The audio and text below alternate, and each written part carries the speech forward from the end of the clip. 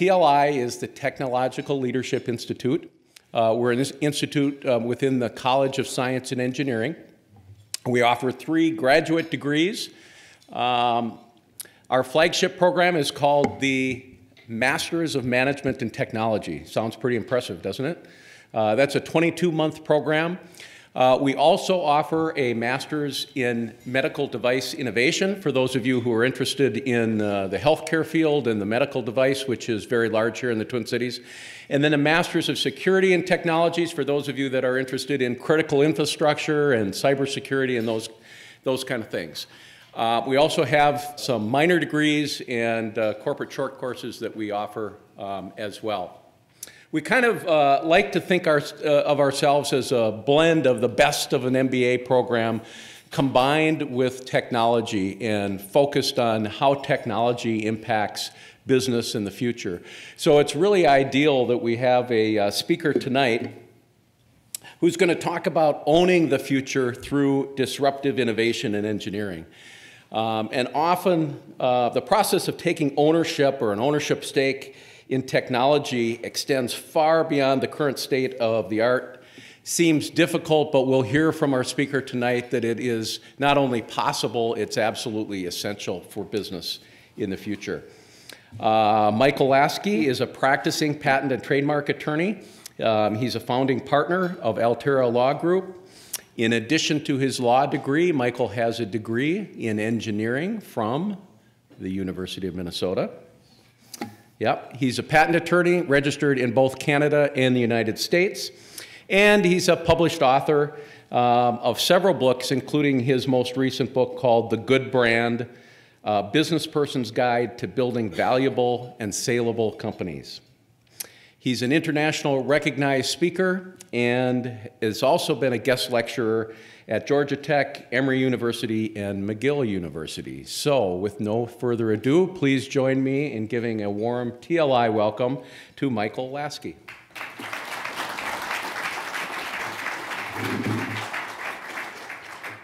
Disruptive engineering. It is creating an innovation that essentially wipes out everything before it. It's like having your worst day, except it's not a day. It goes on and it goes on, and the important thing is not to let it happen. And of course, there is no way for you to know which technology is going to be the disruptor.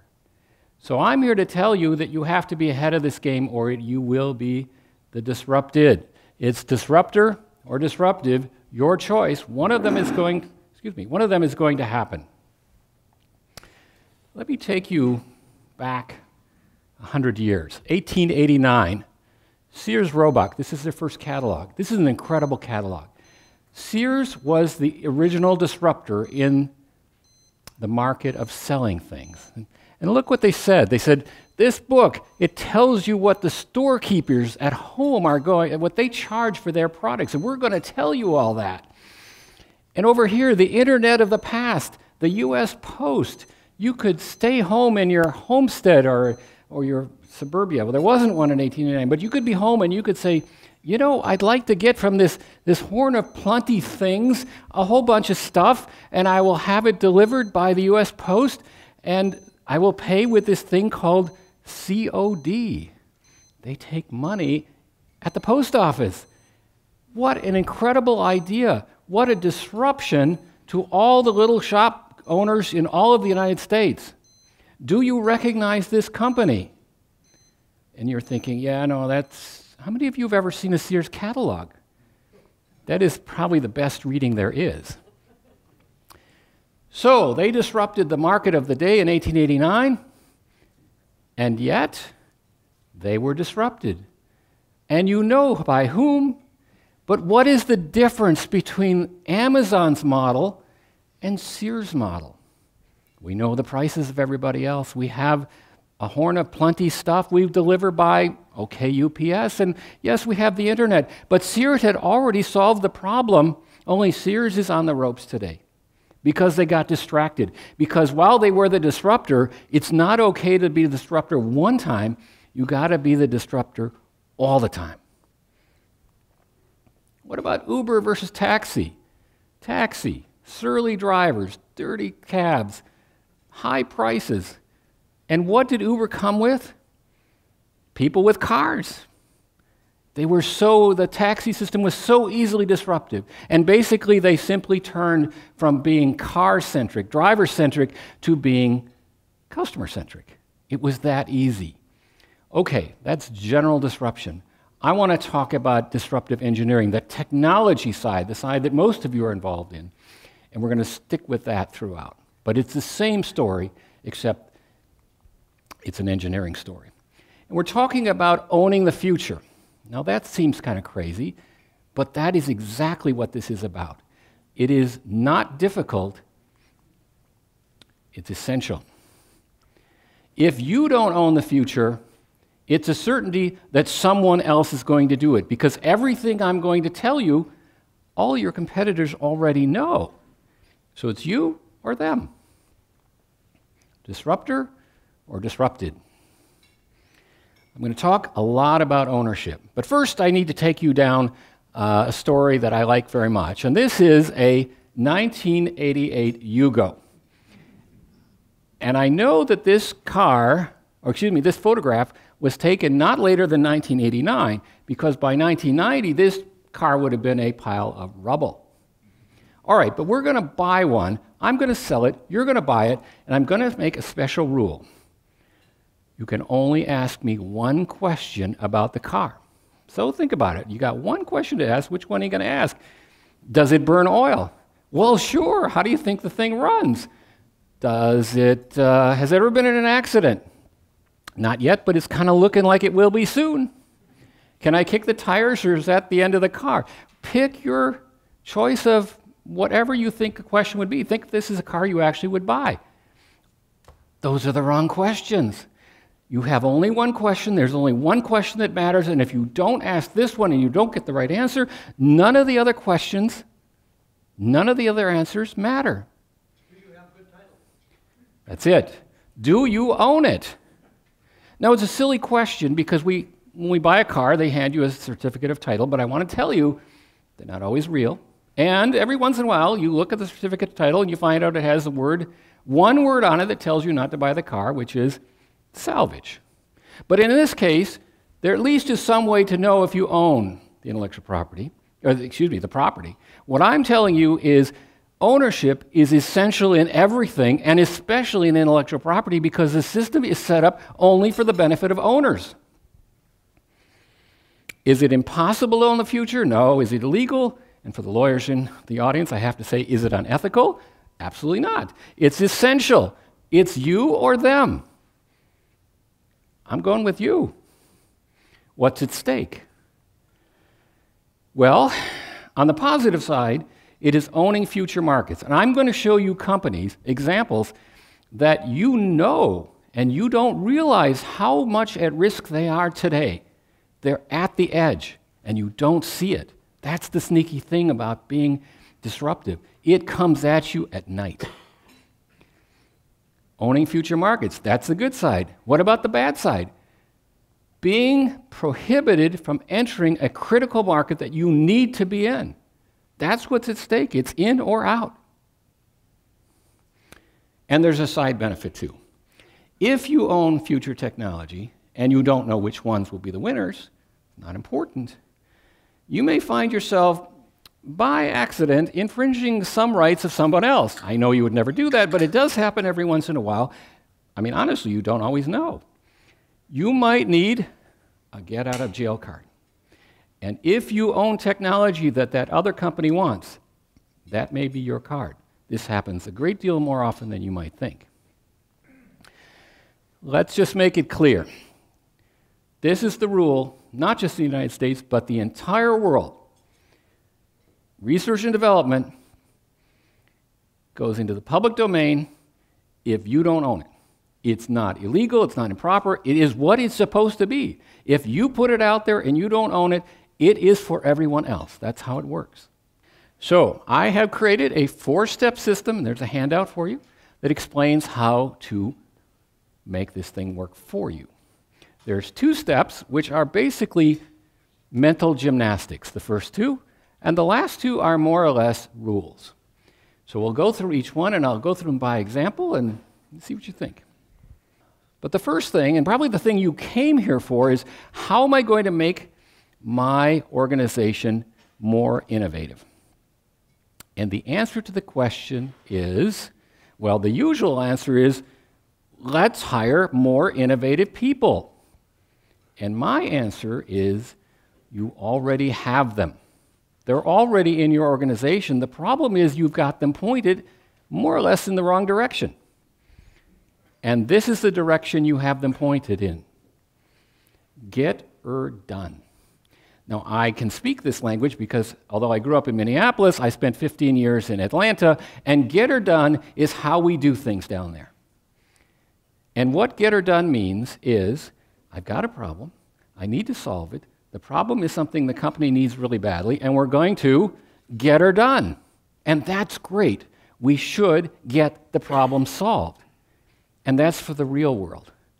For owning future technology, that's the starting point where we go from, I got whatever is done, now what else could I do that I could own that I just need to write down on paper?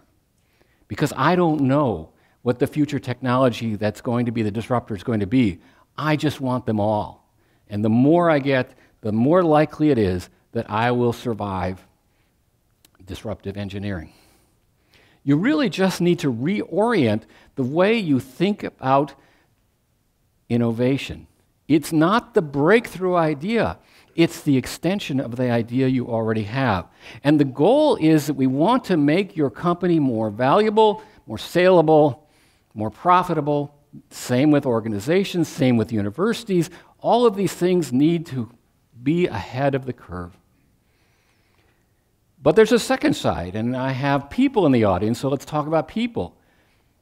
You can be the next hero to your organization, your company, your university, whatever it is. You could be that person. And amongst you are such people, and amongst us here, you may know some. And here's one I hope you know. Anybody know who Arthur Fry is? We got some hands. For those of you who don't, perhaps this picture will help you. The guy with the stuff, with the Post-it notes stuck on his head. I happen to have met Arthur Fry, and he gave me his card, so there's his home phone number if you want to call him up. And he's really a hero for 3M. Now, 3M makes all kinds of really sophisticated stuff, but this is a great story, and it was not a small amount of money that it's made for 3M. And I know you're thinking low tech, but how many of you did not use a Post-it note today? Okay. I rest my case. So what did he invent? He did not invent the glue. That was Spencer Silver, his buddy at 3M. He's fooling around with glue. He comes up with one that doesn't work. Arthur Fry says, another failure, another day. But Arthur's going to church. And he takes his book, his hymnal, and he's putting little pieces of paper in for every page that you got to turn to when you're going to sing the hymn, and they keep falling out. So he takes the glue, he puts it on the stickers, he puts it in his book, and it works. Then he goes and makes a whole bunch more for the office, and pretty soon there's a line outside his door. So what did he invent? The glue? No, something much more important than the glue. The glue was just sticky and gooey. What he invented was the disruptor. He created a new market. In this case, he disrupted what wasn't even there. He created a need for something we didn't know. It's kind of like deodorant. We couldn't live without it, but we didn't have it once upon a time. So he invented the future. And he's a hero to the company. And it wouldn't be bad if we were all heroes to our company or our organization. So how do we invent the future? 4-step process. Rethink the problem. Eliminate the barriers. These are both mental steps. And now we get down to system stuff. Leverage the system. And I'll talk more about that later. We have a set of rules. You either play by them or they play against you. And the last one is block the escape. It's no good if you do everything right and then you leave a hole in the bucket. So we're going to close the hole in the bucket. We're going to get her done, and then we're going to go from there. That's just where we start. It's not where we end. It's an extrapolation process, and it's a mental process of eliminating self-imposed limitations in our mind. So 90% of innovation is just not controlling your urge, getting rid of the control of your urge to just get her done and go. We're going to go past that. So let's talk about rethinking. The first step is look at the problem and think about it in a different way. We're going to get her done. We're going to do the problem solution that we have been told to do for the company, for the organization, and then we're going to keep thinking. So let's take this example. How do we make a better headset? Here's a headset. Got this lovely cord, and every time I go, I yank on the cord, and it's always in my way. Why don't I cut the cord and get rid of it? Now, no talk would be complete without a reference to Star Trek. 1964, Uhura has this very lopsided Bluetooth headset device, 35 years ahead of the first inventor to do that. Actually, second inventor, Gene Roddenberry, was no doubt the first one. Now, if you are a Trekkie, you'll realize that they made a great Bluetooth headset, but they didn't use an automatic gain control because the aliens would always shout in her ear. But nevertheless, this was the future. We're waiting for the replicator, but this will do. Let's take another example. How do we make stuff faster? Well, one way is turn up the belt on the fabricator machine and just do it faster. But really, the solution was somewhere else. It was eliminate the mold, eliminate the die. Skip that whole step and go right to building the products. You know what I'm talking about, 3D printing, stereolithography. So here's the great story about that. That was obviously an invention into the future, but watch what happened on this one. So Charles Hull invented this thing back in, looks like 84. And it turns out he was not the first inventor. The first inventor were these three Frenchmen. They filed a patent application on this same concept 3 weeks before Charles Hull, and the French company that owned it, Alcatel, abandoned it, saying it lacked business perspective. In other words, in French, who would ever want this?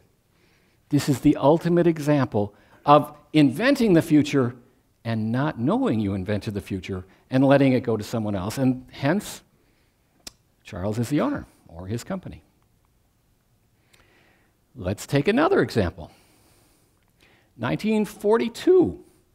The Germans are listening to our radio communications from ship to ship, ship to shore, submarine to ship, whatever. They can hear what we're saying. What's the solution? 1942, remember, we don't have that many options. And you're thinking, aha, public key encryption. Only you're 40 years ahead of yourself. We're not even close to the mathematics for that. What's the next best solution? We use it every day in every radio communication we make now, and you never give it the slightest thought. And it was invented in 1942 by someone you'll be very surprised to hear about, H.K. Markey. How many of you know H.K. Markey? Some of you actually do know her. So here's what she did. She said, computers don't exist today at the level I need to do frequency hopping to make this thing work. So I will borrow technology from a player piano, which is this, which is a roll of tape with holes in it that tells the other side what frequency we need to hop to. Not very elegant, but the core invention was already there. She invented the future. Okay, what's the catch? You know her, and she's not known as an inventor. It's Hedy Lamarr. Many inventions were hers. Okay, even if you can't implement the invention, it does not mean you can't own the invention. That's what I'm getting at. It has nothing to do with prototypes, nothing to do with materials. It's all about what's in the mind. That's how our system works. Okay, here's a much more involved story. How do we figure out where we are, geographically speaking? And this is a very old story. It has a lot to do with clocks. So, as I said, it's not a new story. It's a very old story. So let's start out with the first breakthrough, the first disruption. The British Empire in the 18th century ruled the seas, but they ruled them mindlessly. They didn't know where their ships were. And in fact, their ships didn't know where they were. They were like bobbing corks in the ocean. Why was that? Because although latitude was easy to figure out, longitude was not. What was the problem with longitude? Well, in order to know where you were, you had to know how far you traveled and how much time it took you to get there. The problem was the clock. The clock in 1714 had a pendulum. And if you put a pendulum on a clock on a ship that's bobbing in the ocean, what you get is nothing. The clock doesn't work. So the British government said, we need to solve this problem, and put up a prize of 30,000 pounds, which I would assume is an enormous fortune of the day. And they got a solution, as a matter of fact, and it was John Harrison who came up with an idea. The problem is the pendulum. Let's just make it circular. You all know this solution because it's called a watch. It's a mobile clock. So in 1714, the British not only ruled the oceans, they were the only people who knew where they were. Disruption number one. But there's a much more recent disruption you've all lived through, and you weren't aware of it. You're aware that it happened, but you don't know that it happened much earlier than you thought. So Roger Easton, a NASA employee, did the second disruption. He says, clocks are great, but what are they doing on the ship? Let's put them in the sky. Now you know what I'm talking about. I'm talking about GPS. And he patented GPS back in 1970. It actually never got fully implemented until 1995. It was implemented for the military a little earlier. So you're thinking, you're sitting at NASA and you got this problem of get her done. And in 1970, get her done was get those astronauts back from the moon alive. And you're thinking, well, you know, it'd really be nice to know where I am when I'm driving my car or something like that. And he says, why don't we spend $25 billion launching 24 satellites at geostationary orbits and then connect them all together? And by the way, we need to remember that at that speed, we've got to account for Einstein's theory of relativity, or we're going to be off by 10 kilometers per hour. Really big error. And he figured all that out and patented it. His impediment was congressional appropriation. Would they even believe that you would want to spend that much money just to know where you are? And how many of us can find our way around even Minneapolis, which has streets which are alphabetical? Okay. We're going to take you to the Rose Bowl. Gophers haven't been there for a while, but this is what it looks like. 50,000 or more people sitting in that stadium, and they all have cell phones, and every one of them wants to call somebody, or at least get data. So your basic Wi-Fi transmitter can handle 254 users, divided by the number of people in the Rose Bowl, nobody gets a signal. Let's think outside of putting more transmitters into that stadium. We'd never be able to make it, never get enough of them. Let's try something other than Wi-Fi. Let's try Li-Fi. Why don't we put a chip, a transmitter chip, in every single bulb in that stadium? It might not be bidirectional, but at least it's got a downlink. And how many light bulbs are there in the Rose Bowl? We've got all the big ones. Then you got little lights along the floor. You got lights everywhere. Change all the bulbs. Can we do it? I have no idea whether this inventor knows how to do it. It does not matter. Whether the technology exists today to implement this thing, the concept has been thought of and could be patented. You can own the future. Is it going to be the next big thing? We don't know. But we do know if you leave it on the table, it will be someone else's next big thing. This is one of my favorites. This is a real story too. Is Grandma okay? Well, what do I mean with Grandma okay? Well, Grandma lives at home and she doesn't want to go to a nursing home, and you worry all the time about her. So we need to check up on her. So here are your options. Call her every hour. This is going to get old. Install video cameras. She's not going for it. Install microphones. She's not going for it. Move in with Grandma. You're not going for it. What are we going to do? Most of those solutions are going to make Grandma pretty unhappy. We need to find out what she's doing, but we can't surveil her directly. So we got to do something indirectly. And 4 students at Georgia Tech found the solution, which is amazing and has phenomenal potential. So rethink the problem. We're in that rethink mode, step 1. The solution to the problem is that we don't need to see or hear Grandma to know what she's doing. What we can do is we can do indirect surveillance by detecting her life patterns and matching them to what we already know her patterns are. So what's her pattern? She wakes up in the morning. She turns on Good Morning America. She puts toast to the toaster. She turns on her coffee pot. And then it's quiet for a while, and then something else happens. Every one of those appliances is talking. These are not internet-connected appliances. They're the $10 GE toasters.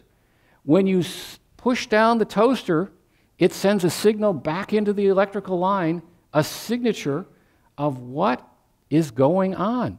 So the daily use of her appliances tells us what she's doing. If she doesn't put the toaster down, but she puts the coffee pot on, that's okay. If she doesn't do any of those, our database says, call Grandma or call 911, something is wrong.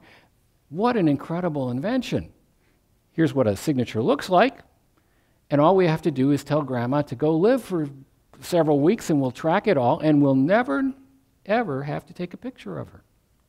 4 students at Georgia Tech figured this thing out. They won an award, but more importantly, Georgia Tech owns the technology. Now, if I were to tell you to stop listening to this program and go back to your office and think about how to extrapolate that, and I gave you 2 hours, you'd come up with 1,000 uses for this thing that have nothing to do with Grandma. And if I patent the core invention of indirect surveillance by measuring the signature of things that aren't directly related to the person and then correlating through data, maybe I own the world. And that's what disruptive technology is about, is when you get her done, then you start dreaming about the things that you could do if your boss didn't tell you to get back to work, if money wasn't a problem, if materials didn't matter. All of these things go away because they are personal limitations that prevent you from being innovative. So we solved Grandma's problem. Now I want to take you to a new problem. This one is scary because this one hits home. Honeywell started here, Minneapolis. The Home Products Division here in Minneapolis. They make great thermostats. And how do those thermostats work? Well, the fancy ones, you walk up to them and you push buttons until your arm hurts so bad you can't do it anymore. In other words, basically you program them. The purpose is to save energy. Everybody wants to save money and energy, and all you have to do is figure out what your life is like and then program it. Sounds great, and this is the way Honeywell is going. Except they have a competitor, a junior upstart, that had a different idea to disrupt them completely, and it may yet happen. You know these guys. Easy to program, maybe. Program, we don't do no stinking programming. Here's how our system works. The Nest thermostat, you buy it, you put it up, you set the thermostat to make yourself comfortable, and you'll keep doing that for 2 weeks. And after a while, the thermostat figures out what you're up to. Now, I think they have a daddy subroutine which prevents children from turning it up and daddies from turning it down, and daddies prevail. I know the system. In any case, here's the risk. What if the future of thermostats is about not programming, but having the thermostats figure out your life itself? Then what do you do if you're the company that has relied on programming and the other guys own all the patents around this system? Have you not been completely disrupted? Remember, your technology is still really good, programming. And in fact, it's somewhat better in some respects because, if you let people program what they really want, they may end up with no savings of energy. But if it turns out this is what the market wants, it doesn't matter that your technology is any good. What matters is what people want to buy. And if they define this as the way to program thermostats or not program thermostats, then that's what you will have. So Honeywell, in this marketplace, might be disrupted by Nest. And by the way, who owns Nest? Yes, you know, Google. Why does Google want to own Nest? They don't want to sell thermostats. They want to know when you're home. And every time you make an adjustment, they know it. So you buy Nest, it's really easy to program, and they're watching you. But in any case, you can always go back and buy the Honeywell thermostat. But Nest may have defined them out of existence. Remains to be seen, but you can see how easily a small change from get or done to what else could we do could change your whole company's future. You could be the hero or you could be not the hero. I don't know what you call that. So let's take a look at, are you solving the right problem? How many of you had one of these? Oh, come on. You all had one of these. I had several of them. I love them. They have the best keyboard, and they had this cool trackball, and they couldn't search the internet worth a damn. They did have one thing that's really valuable. They had a very secure server, and the only person I know in the United States who has an important job who doesn't use one, well, I don't have to tell you who he is. So what's the problem here? They invented their future, but they didn't invent the next future. They were the Sears that got nailed by the Amazon 100 years later, only the difference was probably 8 years. Here's the disruptor and here's the disruptive, but what was it? Was it a better phone? It was not a better phone. It was redefining what it is. That one, great phone with email. This one, everything in the world in your hand. And by the way, it can make phone calls. Apple was way ahead of the game, not just with this, but they came to realize nobody talks anymore. They don't even care about the phone function. Text, email, whatever. They had it nailed. BlackBerry could have caught up, but they didn't see it.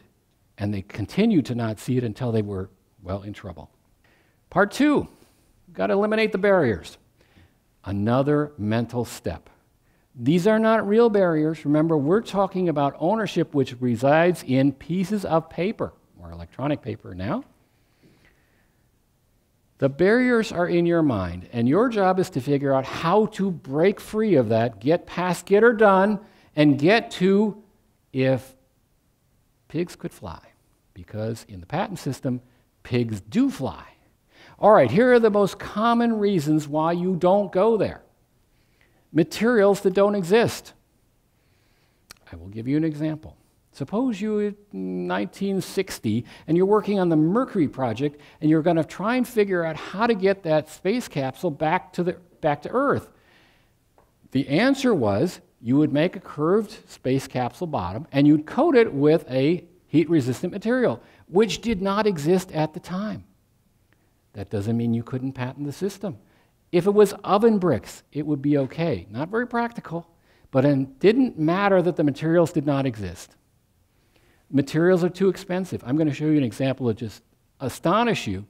A product that went from $25 to 0.001 cents in less than 10 years, and somebody made a killing on it just realizing it was going to happen.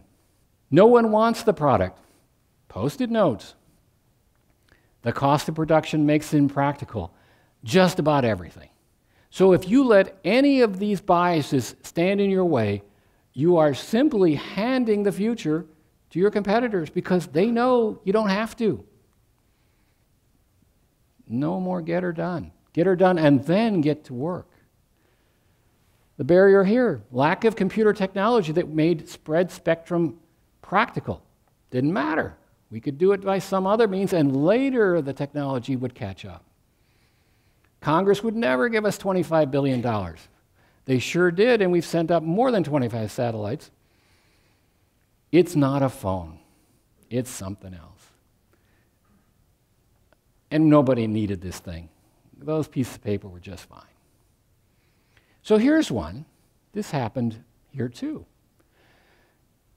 When I was a student here, it was a while ago, and diodes, I have one here somewhere, oh yes, which look kind of like this, cost $25. So you know it was a while ago. They came in one beautiful color, red. And if you plug them in backwards, which I did on a regular basis, but I wasn't alone, they blew out. And the tragedy of it, they didn't blow out spectacularly like when you blow a fuse. It really blows. These things just die. And then you have to go to the professor and say, I need another one. And he'd say, don't do that again. So $25 a diode, coming only in red, not worth that much. But a guy in Ohio, in his 80s, came up with an idea and said, those are barriers that I should not be worried about. I'm in the business of making ornamental lighting, Christmas lights, Halloween lights. A string of 100 incandescent bulbs can be bought at Target for $4. That was true in 1980, it's true now. If we had strung 100 of these LEDs in 1985, that string would cost $2,500. What a ridiculous idea. But there were some advantages. First of all, he knew they wouldn't cost $25 forever. He knew that somehow they would make the other colors, white being the most difficult one. The bad incandescent bulbs have a problem. Yeah, they're really cheap, but they burn a lot of electricity, and they burn, like burn houses down because they're hot. And they don't flash very well. They're just not that interesting. And he said, don't worry about the present. These problems will go away. I will patent every aspect of ornamental lighting I can think of, and it'll all work out for me. And we will live in a world where people go absolutely crazy with the infinite number of lights and ways you could make them flash. That's where we are today. And here's where he is today. There he is, John Janning. He lives in Ohio, and we send him, my client sent him lots of money every year, as do others in the United States, paying for the fact that he realized that the barriers that existed in the time don't exist today, and they wouldn't. So he didn't just get her done, he got the future done. Okay. We have gone through the mental part of we're going to rethink the problem, we're going to think past the job we have, and then we're going to eliminate the barriers that are in our way because they are only barriers in reality. They're not barriers in the future and of the ownership of the future. It's a different world out there. You've got to play by those rules. So let's talk about those rules, and that's the intellectual property system. And it's not just the United States. Pretty much every country has the same system, little variations, but more or less the same concept. And they're all about ownership. So we're going to make the intellectual property laws work for you against you. And there are going to be people in this audience who say, well, I don't know what word they're going to use. It's not going to be a good word. And it's going to be, I don't like the system. So imagine you go to a casino and you sit down at the poker table and you say, I'm playing, but I'm not playing poker. I'm playing something else. Deal the cards. What is going to happen to you? You're going to lose every single time. There are a set of rules. You either play by them, you leverage them, or they're just going to work against you. And here they are. There are no other options. Again, I remind you, the system is set up properly this way. You either take a stake in the ownership of something you create, or it is free for use by the public. That is fair. That is how it works. You're playing by other rules. There are no other rules. So there are 7 secrets, and I will go through them quickly. Number 1, owning a future technology is not required that you make a prototype. The Patent Office has not required a prototype since the Civil War. They still have a few of them around if you want to see what they look like, but they don't exist. They aren't required. You don't even have to prove that your idea works, and it might not work. That will be figured out later. Right now, you either stake the ownership or somebody else can. Figuring out whether it works and how it's going to work is not always important. Number 2, materials don't matter. If you don't know that materials exist, do not worry about that. If you know the way it should work with materials that do not exist, that may be sufficient. And it's always better to stake the claim than to leave it to someone else. Number 3, you don't need to have a market to pursue this sort of thing. Now remember, get or done is really important because companies have to exist. You have to make a profit. You have to do what you're there for. But then you can go beyond get or done to the things that you might not ever be able to make, and perhaps nobody even wants them. Just ask Art Fry. Number 4, it does not have to be financially practical to do any of these things. Numbers, financial practicability has nothing to do with the patent system. And patents last for 20 years. How many products cost less today than they did 20 years ago, if they even exist at all? Certainly all of them. Number 5, you only need to write it down. The system is documentation. You just have to explain what you think would work and how it would work and stake the claim. Number 6, you will never know which ones are the right ones. It's kind of like advertising. I know that 50% of it doesn't work, I just don't know which one or which 50. In the patent system, it's much worse. If you ask John Janning, who has all these patents on his wall, and you say, how many of those have paid out or panned out for you? He'd say, 2 or 3. Okay, which 2? Did you know in advance? I didn't. Do you mind that 98 didn't work? Not really. The 2 that worked out great. And since I can't know, there's no other way to do it than shoot for the stars all the time. This one I can't talk very much about, but if you want to know more about it, you got to email me. This is a nasty thing about the patent system. There is a flaw in the system that basically allows poorly prosecuted patents to be circumvented. Basically, 80% of patents, from my own experience, are Swiss cheese. So if you've done all these other things right, you've thought about the future, you've gotten rid of all the impediments to getting there, and you wrote it all down, and then you get nailed with this flaw, game over. This takes an hour to talk about. I'm not going to do it. Call me if you want to know more. The problem is these are not secrets. These are known by every one of your competitors. So those are the rules, and you got to play by them. And there's the 4 steps. And the last step is a really strange one, and it involves the following. You invent something, you patent something, and you don't realize that you've made a fatal mistake that allows someone to circumvent it because you accidentally didn't think about the workaround. So part of inventing is thinking about the workaround. And by the way, inventors love this. Once you get into the mode of, okay, Mr. Inventor, Ms. Inventor, you got this great idea. Now I want you to break your own patent. I will show you how this happened, and it actually happened right here. That is a security revolving door system. What it does, usually at airports, is it has electronic sensors in the space enclosed, and if you walk in one direction that's a permitted direction, you'll be able to walk right through. If you walk in from the other direction, it will push you out and lock the door. The beauty of this thing is you can use it at an airport so that you don't have to have anybody watching the door. It's all automated.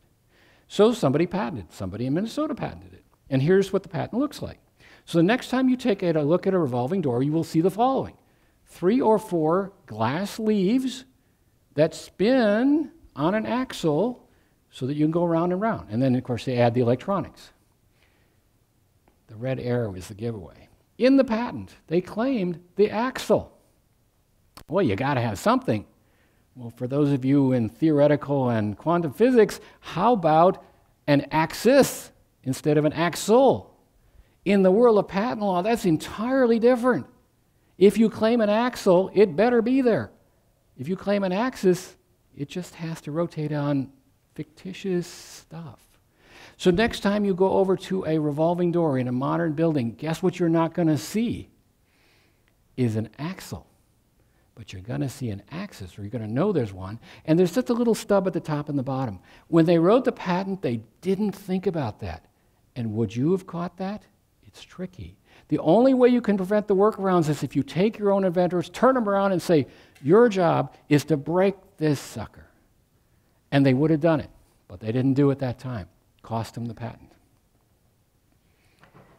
All right, those are the 4 elements of the system. What's at stake? Well, maybe you will have invented something that changes the entire perception of what that product ought to look like, and the competitor who did not see it, who makes a perfectly good product, won't have any buyers. This remains to be seen, but I think it's a high risk. Do you need to hire more innovative people in your company? I think not. What you really need to do is unleash them from get her done to, yes, we do have to get it done, and then we are going to dream about the stuff that might make us a hero. So that brings us to a hero story again, and the story is about Art Fry. It turns out there is another claimant to this story of who invented Post-it notes. And through the miracle of modern technology, we're going to play you a clip from a movie called Romy and Michelle's High School Reunion. Now, you've all seen that. Oh, wait, you haven't. So, Michelle, what are you up to? Okay, I invented Post-its. You're kidding. You must have made a fortune. Well, yeah. No offense, Michelle, but how in the world did you think of Post-its?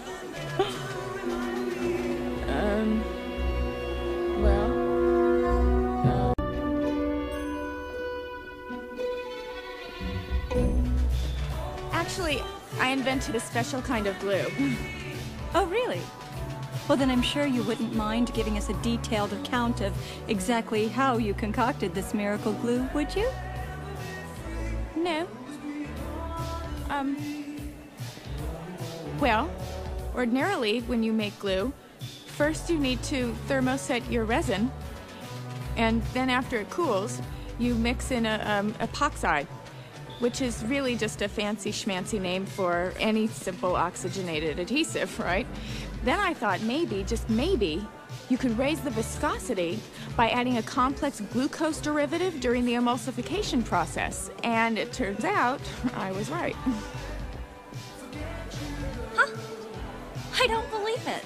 You must be the most successful person in our graduating class. Uh-huh. And you're not. Bye. I am sure that Art Fry wished he had taken that back to his high school reunion, but I'm pretty sure it didn't happen. But I have to give you the end of the story because there is a story to this. The director of the movie wanted to include the story about Post-it notes. So they called up 3M, and they said, okay, talk to Art Fry. Art Fry said, okay, here's how I did it. Are there any chemists in this audience? Okay. How crazy was it what she said that thing was made of? He made it up too. That's not how it's made. And now you know. All right, well, being a hero really matters, but the issue is, are you going to be the disruptor or the disruptive? And it's all within your control. You follow the 4 steps, and your odds are much better. That is my story about disruptive engineering. You've been a great audience. Thank you so much.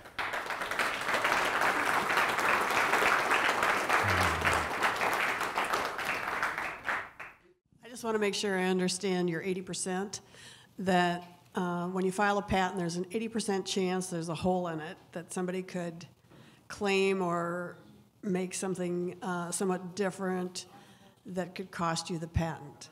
Okay. Or cost you the commercialization of it. How much time you got? I'll give you the very, very short story. The United States Supreme Court is filled with very important and smart people, but not one of them understands technology. Really? So what happened was, 20 years ago, a case came before the Supreme Court that said, well, what if when you're getting this patent, which is a process of interacting with the patent office, and the patent office says, you're not entitled to that, and I say, I'm entitled to that, and you negotiate and you give up some ground, what's the implication of that? Well, it shouldn't make any difference whether you started from out here and you ended up down here. The Supreme Court decided if you do that, if you start from this very broad concept of I own the world, and if you're going to beat me back to something less, then I'll take that. And the Supreme Court said, not only are you going to take it, you're going to give your competitor a roadmap of how to get around your patent. Because a thing called, this gets tricky, the doctrine of equivalence goes away. In the patent law, we work with words, and then you have to apply them to real stuff.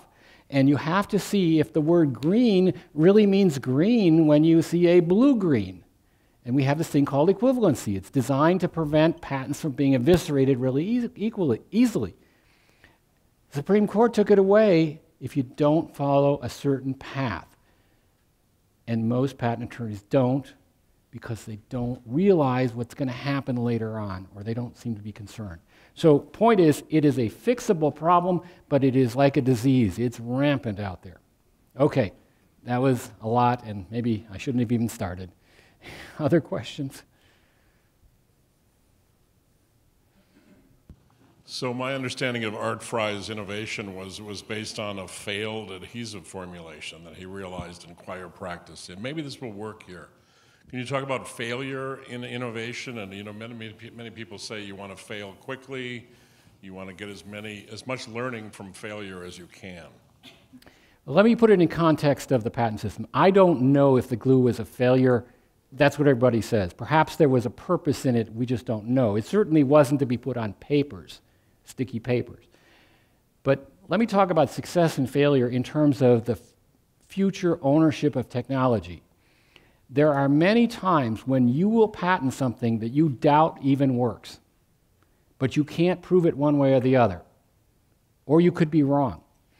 Your choices are, and this is a real problem with academicians, is I don't want to put in a patent document, or certainly not a paper, something that I could never prove. We are the Wild West of writers in the patent system. Our job is to write down everything, every version, every possibility, and it does not matter that it doesn't work. That will be determined later. But if it's not written down now, there is no later. So the answer is failure a problem? We often don't even know if failure is. We won't know that for years. You get cut off when you file, put down everything you know, and things maybe you don't even know. Any other questions? So on reinvention, what are the likelihoods for you getting like patent infringement when you are reinventing a core technology? And what are some of the best practices that you can adopt to avoid infringement? Let's talk about the general question of infringement. Patenting and infringements are not flip sides of the coin. They are completely different concepts. You can patent something that you are not allowed to make. Yes? Seem reasonable? Well, he's a patent attorney, he knows that. Basically, it's this.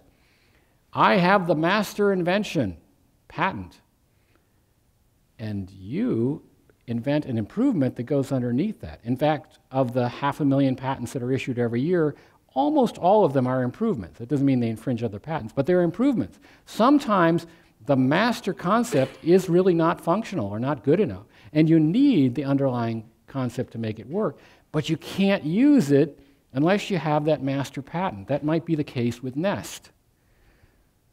So part of, before you build a product, you need to see if it's going to infringe a patent. But that has nothing to do with what you patent. That's Wild West. Go do it. Infringement is production issue. Well, we've been here pretty long. I think what I'll do is I'll hang around, and if you have questions, we'll take them up at the podium here. And thank you again for coming. I really enjoyed it.